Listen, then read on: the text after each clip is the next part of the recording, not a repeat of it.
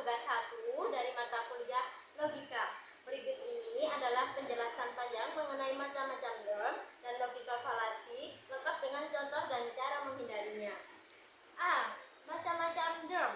Dalam logika, norm adalah unsur dari proposi yang merujuk pada subjek atau predikat dalam suatu pernyataan. Norm bisa berupa kata atau frasa yang menunjukkan suatu konsep tertentu.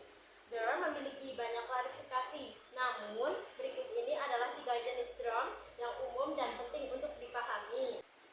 1. Norm universal dan norm spesifik, umum dan khusus. Norm universal mengacu pada seluruh anggota dari suatu kelas atau kategori.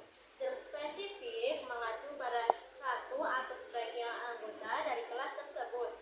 Contoh, norm universal. Semua manusia adalah makhluk hidup. Manusia di sini bersifat universal karena mencakup seluruh manusia. Norm spesifik. Beberapa siswa membaca buku. Beberapa siswa adalah norm spesifik karena tidak mencakup semua siswa, hanya sebagian. 2. Norm konotatif dan norm denotatif. Norm denotatif menunjuk secara langsung kepada objek atau entitas nyata. Norm konotatif mengandung makna tambahan atau kualitatif, biasanya berupa sifat atau nilai. Contoh, denotatif. Ibu guru sedang mengajar di kelas. Ibu guru di sini secara langsung merujuk kepada seseorang yang memiliki profesi sebagai guru.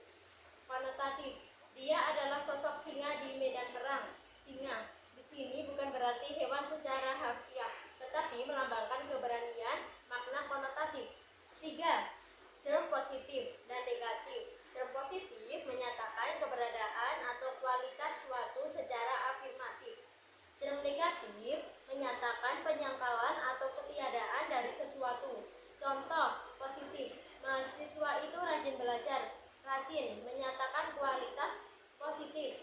Negatif. Dia bukan seorang pembohong. Bukan pembohong adalah bentuk penyangkalan norm negatif. B.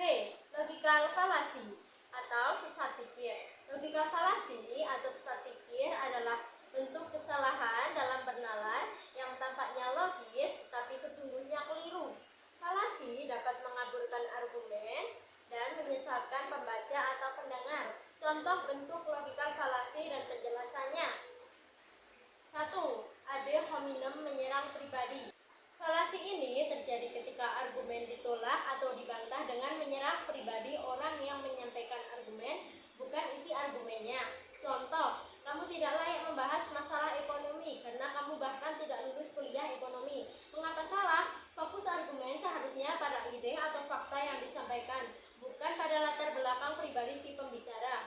2. Trauman manusia jerami. Falasi ini terjadi ketika seseorang menyederhanakan, memutarbalikkan, atau melebih-lebihkan argumen lawan agar lebih mudah diserang. Contoh, A. Kita perlu mengatur ulang anggaran militer agar lebih efisien. B. Jadi kamu ingin membubarkan militer dan membuat negara tidak terlindungi. Mengapa salah? B telah memutarbalikkan maksud A, sehingga argumen asli tidak dijawab dengan benar. 3. False dilemma atau dikotomi palsu. Falasi ini menyatakan bahwa hanya 2 pilihan, padahal mungkin ada banyak alternatif lain.